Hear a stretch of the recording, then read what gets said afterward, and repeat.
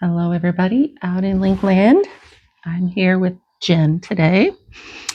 She is going to share her recovery story with us today. So I will turn it over to you, Jen, if you kind of just want to start and tell us like what childhood was like and Okay, go from there. I can do that. So, hi guys, I'm Jen. Childhood for me was pretty normal. I do have an older brother and a little sister, so I am that middle child.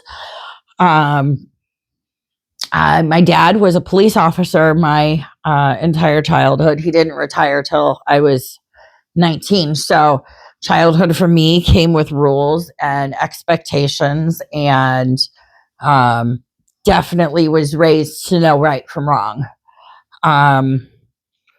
We grew up, I started life in Cleveland. We lived in Cleveland until I was 8 or 9 years old.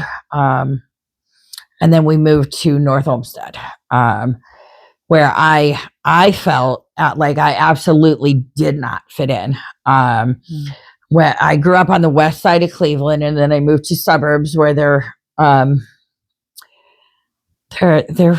have money, and we didn't. The name brand thing was a thing, and my parents didn't believe in that. They weren't going to pay more money for a label. So I dealt with a lot of bullying my entire childhood. So did my little sister.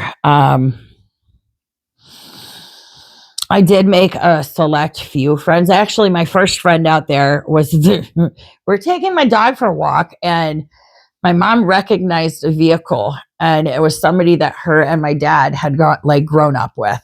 So I was introduced to their children, and that was my first friend I made out there. When I was 15, that friend and some of her other friends, I was hanging out with them. They were smoking pot and drinking, and so I decided to join. I didn't want I had a tough enough time finding friends, and the few that I did have, I didn't want to lose because I was the odd man out, not drinking or getting high. So, chance to feel like you fit in. Yeah, I wanted to fit in. I didn't want to be excluded. When I was 16, I met this boy who was to later become my ex-husband. It's always a boy. Yeah, boys.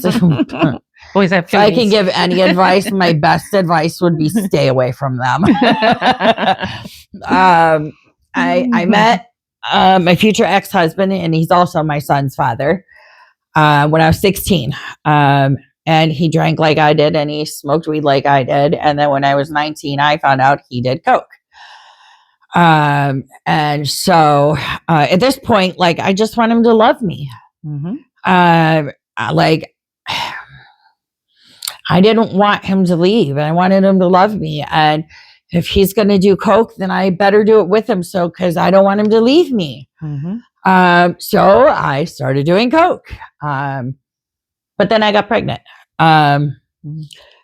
All the drugs and alcohol stopped. No treatment. I just stopped. I felt like it's not just me anymore. I kept smoking cigarettes, I'm not gonna lie. But I felt like lesser of the evils. Yeah, right? It was the lesser of the evils. It kept other people alive.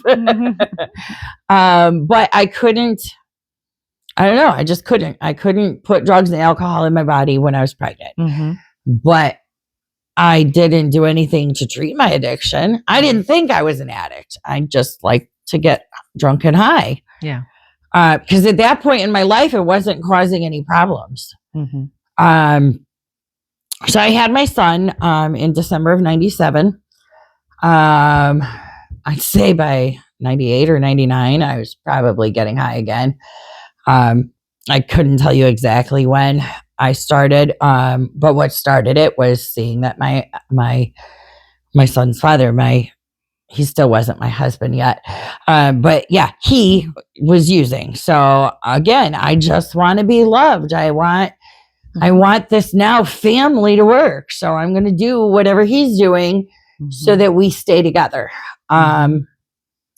In January of 2000, I married the man. By, I don't know, it couldn't have been 6 months. He caught his first domestic violence charge. Prior to us being married, he had never ever laid a hand on me. I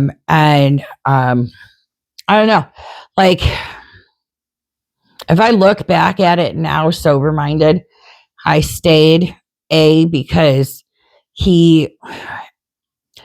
that was the first of many times that he hit me. For the rest of our entire marriage, I was physically abused. The more drugs we were doing, the worse the abuse got. I've had a fractured elbow. I've had a broken nose. I've had more cuts and bruises than I can count. At the tail end of our relationship, I legit believed I was going to die at his hands. His second domestic violence came after he beat me with a baseball bat. But I still didn't leave. I still didn't leave because, and this is where I started to say, like, if I look back on it now, I didn't leave because he had me so convinced that I would never survive without him. Nobody was ever going to want me. You're fat, you're ugly, you're middle-aged, you'd be a single mom. Nobody's ever going to want you. Yep. So I didn't want to be alone. B, I was convinced I'd never survive without him. Right. And C, he was feeding me drugs. Why would I leave? He had complete control, didn't he? Yeah. Yeah. He definitely had control. So 2007, he got his second domestic violence. That was for him beating me with a baseball bat. In between 98 or 99, when I started using again, and that time I was introduced to more substances. I've basically done every hardcore substance that's out there. If you told me it was going to get me high or get me out of me, I was going to do it. Every line that I put in the sand, I jumped right over with zero hesitation. All those not yets. Yeah, all those not yets. I don't have any not yets left. I can't even say death is a not yet because I have literally died. So in 2007, he beat me with a baseball bat. We both got arrested because I had an unpaid traffic ticket.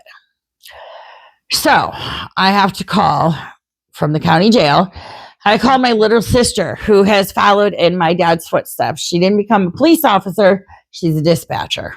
At that time, I think, for Middleburg Heights. So I called my little sister and I'm like, I'm in jail. You have to get me. I've never been to jail before. Get me out. And she's like, let me call you back, Jen. And I'm like, jail, stupid. You can't call me back. So she hangs up with me, and lo and behold, she flashed her badge. She did call me back. She got off the phone with me. She talked to my dad. She talked to my brother. They all agreed that, yes, they will come get me out of jail on 2 conditions. Number 1, I leave my husband. Number 2, I get help. So I'm in jail. I don't want to be there. Absolutely. I will go to treatment. I will leave him. Whatever you say, guys. So I did. I went to, this was my first introduction to treatment, my first introduction to AA. I went to treatment at St. John's in Westlake, and I started going to, I moved with me and my son moved into my dad's house. And I was going to meetings out in Cuyahoga County, and I met a great lady that I asked to be my sponsor, but I wasn't serious about it. I didn't work the steps, not like I should have. Going through the motions. Yeah, I went through the motions to appease the family. I wasn't doing it for me. I worked 2 jobs and this whole time too, my ex-husband is still, well, he was my husband at the time, but he's still telling me, like, you're not going to survive without me, blah, blah, blah. Okay, but look at me, I'm surviving, huh? Like, I got 2 jobs. I got an apartment for my son and I furnished that apartment. I did it. Mm-hmm. And then I let him come home. Whoops. Listen, I'm a really slow learner.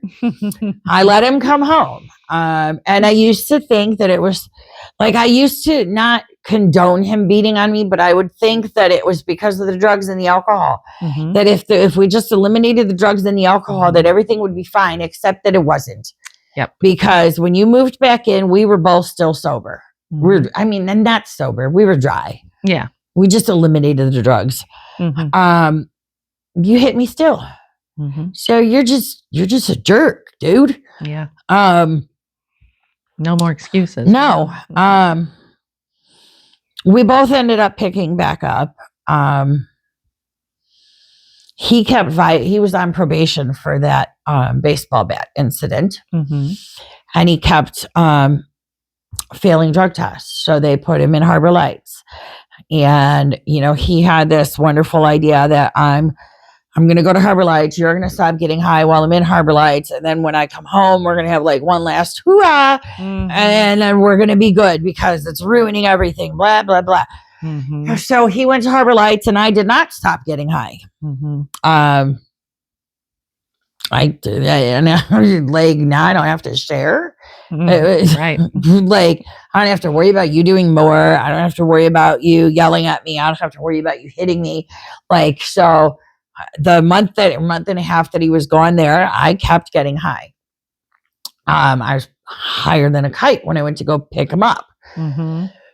But I had also smoked through so at this point I'm smoking crack. I'm not just snorting cocaine anymore. I am smoking crack. Graduated. Yeah, I definitely graduated and it was destroying me. But I didn't care. Yep. So we pick him up from me and his mom go to pick him up from Harbor Lights. And my apartment was right up the road from my dad's. And when I was living at my dad's, I was on a whole slew of medications, and I would do this like little pill pack for the week. And then I would write his checks for the utilities, and I would balance his checkbook. And I was like helping